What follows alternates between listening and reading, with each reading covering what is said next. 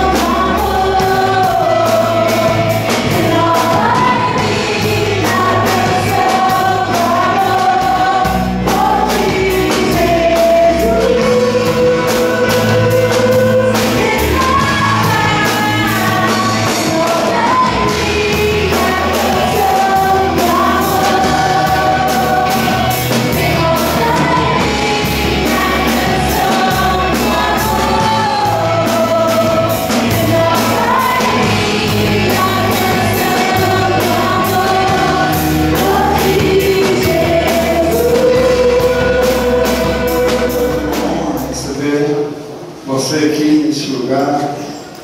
Quero primeiro dizer que você pode se sentir em casa, porque esta aqui é a casa de Deus, amém? Então, se aqui é a casa de Deus, aqui é seu lugar, meu querido. Se sinta tranquilo, se sinta à vontade, né? E o que depender da gente, nós queremos oferecer o melhor possível para você. Que Deus abençoe. Obrigado a todos que estão aqui. Eu tenho certeza que você veio aqui porque você quer receber mais de Deus. E eu nunca vi Deus decepcionar alguém. Deus sempre nos surpreende, Deus sempre nos abençoa além da medida que nós esperamos. Deus é extraordinário. Quando Ele resolve fazer algo, Ele faz, e faz sempre algo lindo demais e grande demais. Eu quero convidar aqui, nós temos uma família que recebeu um presente enorme. E eles querem, lógico, oferecer a Deus e querem consagrar a Deus esse presente. E eu gostaria de chamar o pai, o Dieguinho. Na verdade, nós chamamos de Diego, né, Diego? Vem aqui então, bem juntamente com a sua mãe. Aqui está Natânia.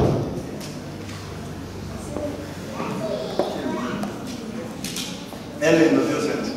Posso atestar isso. Vamos ficar em pé para a gente orar e agradecer a Deus pela vida da Maria.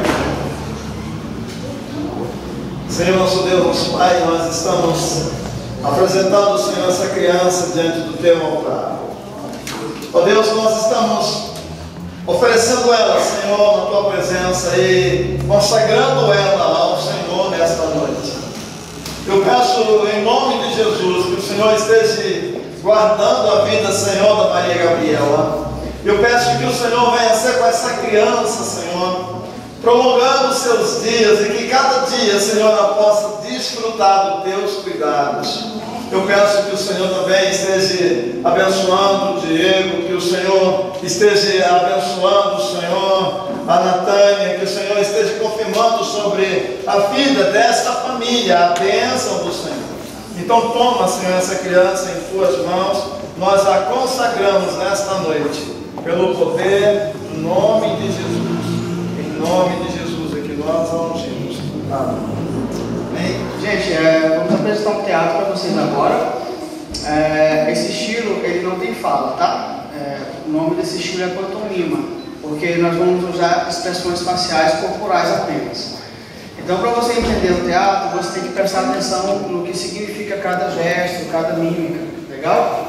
O nome desse teatro é Dura Verdade, e nós vamos estar representando aqui uma humanidade que ela está em ciclos viciosos, né? E é como se ela estivesse presa dentro de uma caixa, dentro dos seus vícios.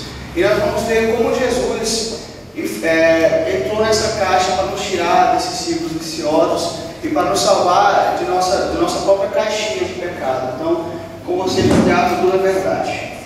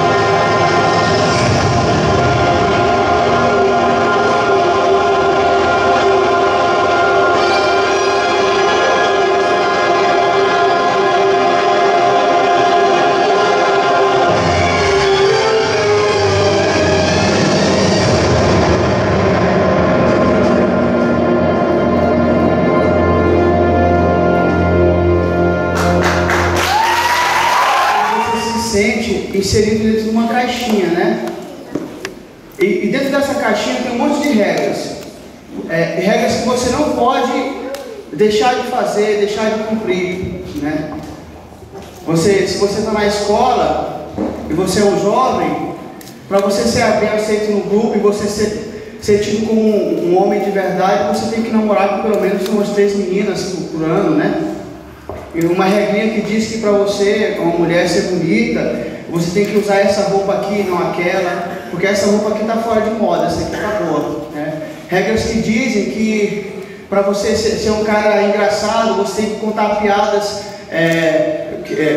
maldosas, você tem que ser um cara que sabe se aproveitar da situação. Regras que dizem que você, para ser um brasileiro mesmo, você tem que dar sempre o seu jeitinho brasileiro, né? Você tem que tirar vantagem de tudo, você tem que andar de acordo com o que as pessoas estão falando que você faça. Mas você vê que no teatro, quando todo mundo usava droga, vamos lá, todo mundo usando droga, sabe por quê? Porque é legal, né? Todo mundo se oferecendo porque é assim mesmo, né? Sensualidade. Eu quero me achar bonita, então eu vou me oferecer. Eu quero me achar bonito, então eu vou conquistar muitas pessoas. Mas de vez em quando a pessoa do meio levantava o olho e olhava em algumas direções, porque ele estava se perguntando se existia alguma coisa a mais que aquilo. E é essa pergunta que nós nos fazemos, né? É a pergunta que alguém faz, por exemplo, quando vai consultar um vidente. Ele quer saber o futuro, ele quer saber se existe alguma coisa a mais do que ele vive. É a pergunta que se faz quando alguém vai praticar yoga, por exemplo, porque ele está falando, talvez eu encontre algo mais, entrando em paz com o meu eu interior. É a pergunta que alguém se faz quando fala assim, eu vou passar a vida toda para me conseguir dar para meus filhos tudo aquilo que meus pais me deram para mim. E ele acha que ele vai se realizar fazendo isso. Daí de repente ele tem 2 carros, ele deu um monte de coisa para os filhos dele, e ele não se realizou. É a pergunta que todo mundo se faz, porque quando você é bebê, não é o suficiente engatear, você quer andar, não é? Mas depois que você tem 5 anos, você quer muito mais que isso, você quer correr mais, né? Daí você está com 7 anos, você não quer ir na tua escola a pé, você quer uma bicicleta com rodinha, mas aí você não quer mais a rodinha, porque criancinha anda com bicicleta de roda, então você quer tirar a roda porque você precisa se mostrar que é um menininho crescido, né? Quando você for adolescente, você vai começar a implorar para o seu pai para ele te dar uma moto. Talvez você consiga daqui por 18 ou 23 anos, mas depois uma moto não vai ser o suficiente, porque você quer mesmo um carro, né? Então você começa a namorar com 1, 2, 3 meninas, e você acha super legal, mas não é o suficiente. Você tem que encontrar o amor da sua vida, e você encontra o amor da sua vida, e você não é feliz depois do casamento com o amor da sua vida, porque você está falando assim, ó, está faltando um filho, vamos ter um filho, então vamos lá, você tem 1, 2, 3 filhos, você não se realiza, porque os seus filhos não te realizaram. Aí você fala assim, eu preciso mais de aventura, né? Eu preciso de um pouco mais de emoção, eu vou trair minha esposa, aí você traz sua esposa. 1, 2, 3 vezes, depois você descobre que não era aquilo que você estava procurando. É assim, a gente está procurando coisas, a gente está se perguntando o tempo todo, existe alguma coisa a mais do que eu vivo, existe alguma coisa a mais do que isso? Nós não perguntamos. E a maioria das vezes nós vamos procurar nos lugares errados, né? A maioria dos cristãos estudiosos, das pessoas que entendem um pouco sobre cristianismo, eles vão entrar em consenso. Eles vão falar o seguinte, que na verdade o homem está procurando Deus. Ele está procurando alguma coisa maior do que ele mesmo. Ele está procurando um propósito maior do que ele mesmo. Tem que ser maior que ele. Não pode ser o tamanho do desejo dele, tem que ser muito maior que isso. Uma coisa que transcenda assim os tempos. Ele está procurando alguém mais forte que ele para segurar a mão dele. Porque de repente durante a caminhada ele não se sente tão seguro assim como antes. Ele está procurando alguém que seja tão maior que ele, que se mostre mais forte que ele, que ajude a tomar as decisões, que interfira na vida dele. Ele está procurando por Deus. Só que coitado, as pessoas não falaram para ele direito que essas coisas só são supridas com Jesus. O seu coração só é suficientemente suprido com Jesus. Eu queria levar vocês a um texto interessante em Mateus 19. Certamente você já leu esse texto, ou pelo menos você já ouviu falar dele. Mas nós vamos ler ele outra vez, tá? Mateus 19, vamos ler o versículo 16 em diante. Gostaria de falar uma coisa que nos choca à primeira vista, né? É uma coisa que eu fiquei pensando durante muito tempo. Na maioria das traduções e nos outros evangelhos, você vai ver que o jovem chega para Jesus e fala assim: bom mestre, o que eu vou fazer para herdar a vida eterna? E Jesus, antes de responder a pergunta dele, falou para ele assim: olha, por que você está me chamando de bom? Só Deus é bom. E você fica pensando: mas Jesus não é Deus? Por que ele falou que ele não era bom? O que ele estava fazendo? Ele estava negando a divindade dele? Porque se há uma pessoa que nós podemos considerar bom, é Jesus, não é verdade? Nisso nós temos um consenso aqui. Todo mundo aqui acha que Jesus é bom, não é? Eu também. Mas por que ele falou aquilo, né? Primeiro, irmãos, eu gostaria de dizer para vocês que Jesus, de maneira nenhuma, estava negando a divindade dele. Ele estava ajudando o jovem a trabalhar com uma questão que vocês vão ver no decorrer do diálogo, que era o problema dele. Ele estava falando para o jovem assim: olha, os homens são maus. Só Deus é bom. Até então, o jovem olhava para Jesus e via ele apenas como um mestre, não é? O jovem não olhava para Jesus e falava assim: olha, ele aqui é o Filho de Deus. Ele via apenas como um mestre. Caso contrário, ele com certeza estaria ajoelhado aos pés de Jesus e que não queria nunca sair de perto dele, sabendo que ele tinha vindo lá do céu. Mas não, para o jovem ele era um mestre apenas. E Jesus fala para ele assim: olha, a primeira lição que eu quero que você aprenda é que os homens são maus. Todos eles. Interessante, mas por que falar isso para aquele jovem? Você vai ver que quando ele responde a pergunta do jovem, ele fala assim: olha, você tem que guardar os mandamentos. Ele fala: isso aí eu já faço. No decorrer do diálogo, você vai ver que é um jovem que dificilmente aceitaria a maldade dele. Dificilmente ele iria aceitar a condição de pecado dele, porque na cabeça dele ele tinha todos os requisitos necessários para alcançar a vida eterna. E Jesus cita alguns mandamentos. Ele pergunta: quais mandamentos? Jesus fala: olha, não mate, não adultere, não furte, honre seu pai e sua mãe, ame teu próximo como a ti mesmo. E ele olha para Jesus e fala assim: tudo isso eu já tenho feito.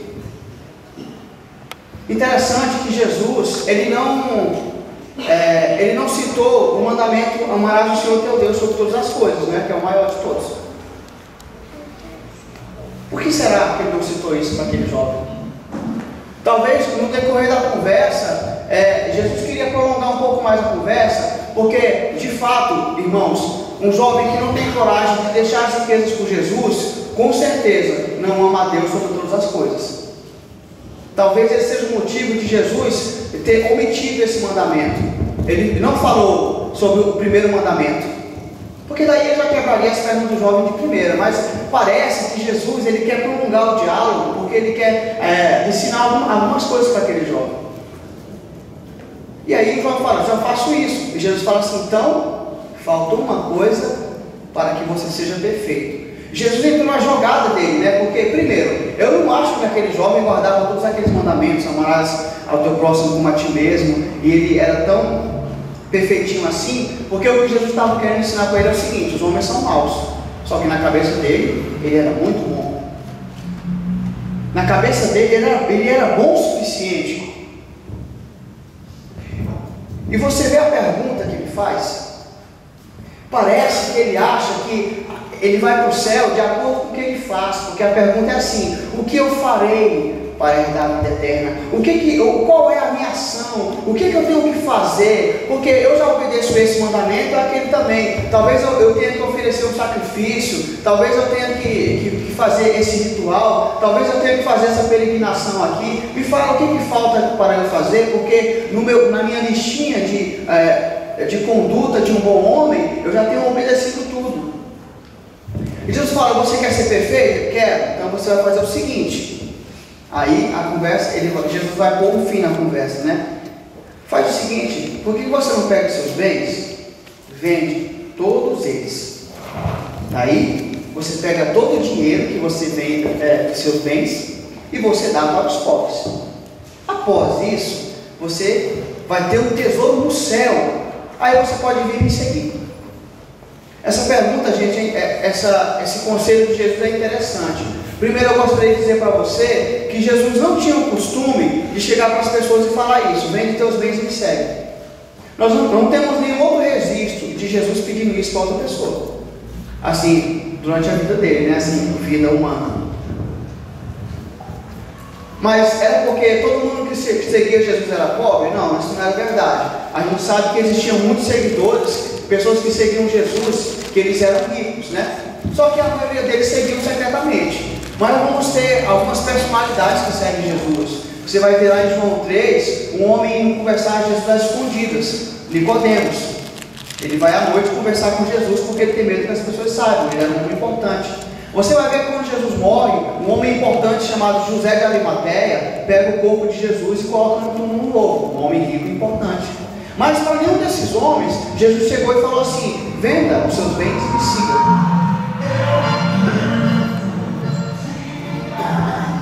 Passando a música, para nenhum daqueles homens, Jesus chegou e falou assim: venda seus bens e me siga. Mas para esse jovem falou, porque ele precisava aprender uma lição. Mas gente, qual era o convite de Jesus? Era um convite filantrópico? Era um convite para a pobreza?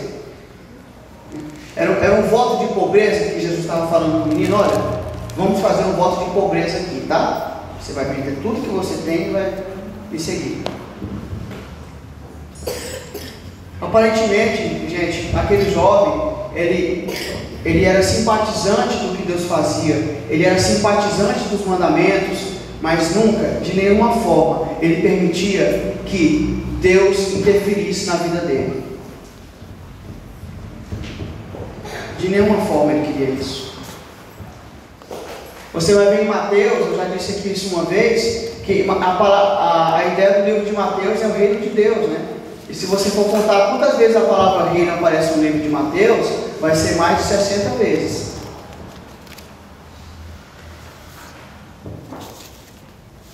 O convite não era: vamos jovem, seja pobre. O convite era esse: venha, deixe que eu reine na sua vida. Deixe que meu reino sobre você seja maior que o reino de suas riquezas. O convite era esse: eu sei o que te prende, jovenzinho. Você é preso por achar que você é bom demais.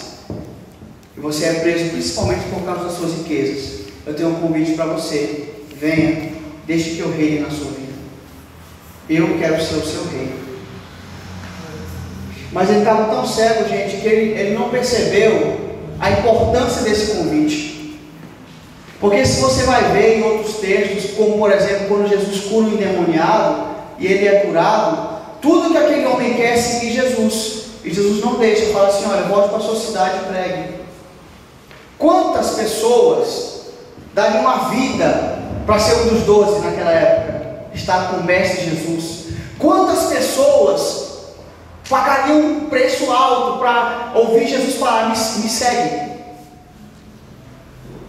E ele ouviu, mas ele estava tão preso. Ele estava tão preso. Porque tudo bem obedecer os mandamentos, mas Jesus interferir na minha vida? Frequentemente, quando vamos falar de Jesus para alguém, as pessoas começam a colocar uma barreira dizendo: eu já estou bem, eu tenho Jesus desde que eu nasci. Sabe por quê? Porque eu não roubo, eu não mato, eu não me prostituo. Isso quer dizer que eu tenho os requisitos necessários para estar com Deus? Mas que grande mentira! Porque aquele jovem fazia tudo isso e de alguma forma estava longe de Deus. Se as pessoas passam ali na rua e você parece e fala assim: você crê que Jesus te salvou? Lógico.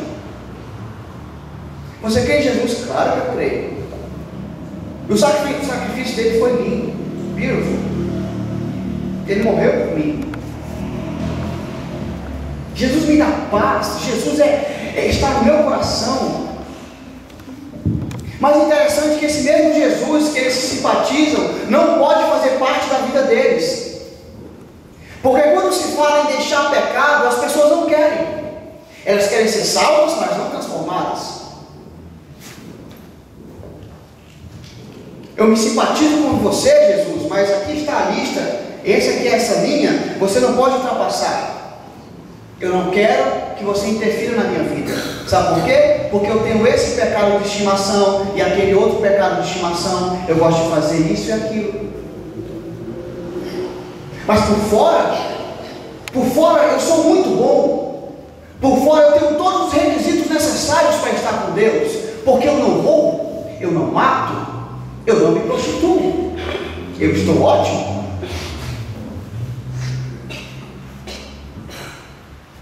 Esse não é um convite, irmãos, sobre ser pobre. Jesus está falando: venha e deixe que eu reine na sua vida. E talvez o que te prende hoje não é a riqueza. O jovem estava tão preso que ele nem conseguiu dizer não. Ele se entristeceu e virou as costas. E o autor vai dizer para a gente o motivo da tristeza dele. O motivo da tristeza era o seguinte: ele tinha muitas riquezas. Qual o motivo da tristeza dele? As riquezas reinavam, mas esse rei quer reinar. Mas eu gosto desse rei aqui. E você fala: as riquezas não reinam sobre mim. Então vamos pensar direitinho o que reina sobre você hoje. Eu tenho certeza que você não precisa nem se esforçar, né? Automaticamente vai estar latente em sua mente. Quando você fala para alguém: olha, aceite Jesus. Olha, aceite Jesus, é mesmo? Porque até onde eu sei, foi Ele que nos aceitou, mas tudo bem. Quando você fala assim: deixe Jesus entrar no seu coração, e as pessoas vão dizer para você: não é o momento, porque eu quero aproveitar um pouco mais a vida. E não são ricos. Não são ricos. Existem muitos reis, pessoal. O rei dinheiro, o rei mentira, o rei justiça própria, porque eu sou bom. O rei da pornografia, o rei do adultério. Tantos reis que tentam nos dominar dia a dia. E tudo que Jesus fala para a gente é o seguinte: eu quero reinar sobre a sua vida. Eu quero te tirar dessa caixa. Sai daí. Quando no teatro nós vemos Jesus entrando, Ele não entrou convidando as pessoas primeiro. Sabe o que Ele fez? Ele foi capaz de morrer por nós.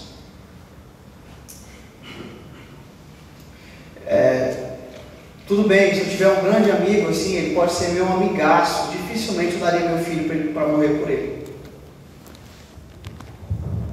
Mesmo sabendo que esse amigo tem por mim toda a consideração.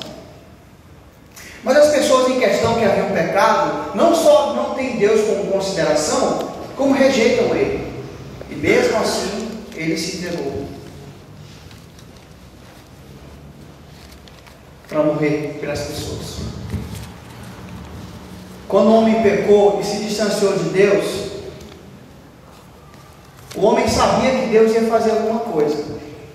Sabia. Mas ninguém pensava que ele ia chegar ao cúmulo dos absurdos, entregando o filho dele por nós. Ninguém imaginava isso. Ele nos surpreendeu, não foi? Surpreendeu.